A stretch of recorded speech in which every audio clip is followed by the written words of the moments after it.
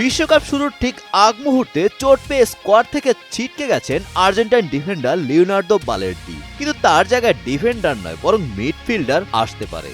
সেই সাথে Lionel Messi কোন ফরমেশনে খেলবে সেটিও নির্ধারণ করা হবে আইসল্যান্ডের সাথে প্রস্তুতি ম্যাচকে ঘিরে।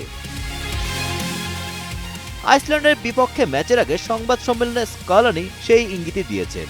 তিনি বলেন, আর্জেন্টিনার রক্ষণভাগ ইতোমধ্যে যথেষ্ট সুরক্ষিত, তাই বালের্দির চোটের কারণে তৈরি হওয়া ২৬ সদস্যের ফাঁকা জায়গাটি পূরণ করতে রক্ষণভাগের বাইরে অন্য কোনো পজিশন, বিশেষ করে মিডফিল্ড বা আক্রমণাত্মক কোনো পজিশন থেকে বিকল্প খেলোয়াড় দলে ডাকা হতে পারে।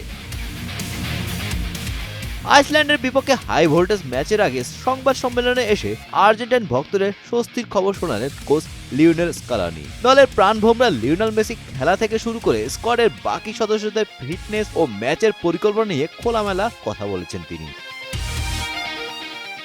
আর্জেন্টাইন সমর্থকদের জন্য সবচেয়ে বড় সুখবর দিয়ে স্কলানি সরাসরি নিশ্চিত করেছেন মেসি আগামীকাল খেলবে, তবে দলের চূড়ান্ত একাদশ এখনই চূড়ান্ত করেননি কোচ। তিনি জানান, আজকের অনুশীলনের পরই মূলত ম্যাচের চূড়ান্ত একাদশ ঠিক করা হবে।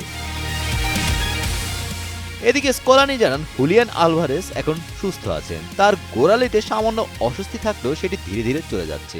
অন্যদিকে লিয়ান্দ্রো পারেদেসও ভালো অবস্থায় আছে এবং আগামী কয়েকদিনের মধ্যেই তিনি পুরোপুরি দলের সঙ্গে যোগ দিতে পারবেন। এছাড়া মন্তিয়েল, মলিনা ও নিকোবাস সবাই আগামীকালকের ম্যাচের জন্য সম্পূর্ণ প্রস্তুত। গোলাম রাব্বানি, টাইমস টুডে।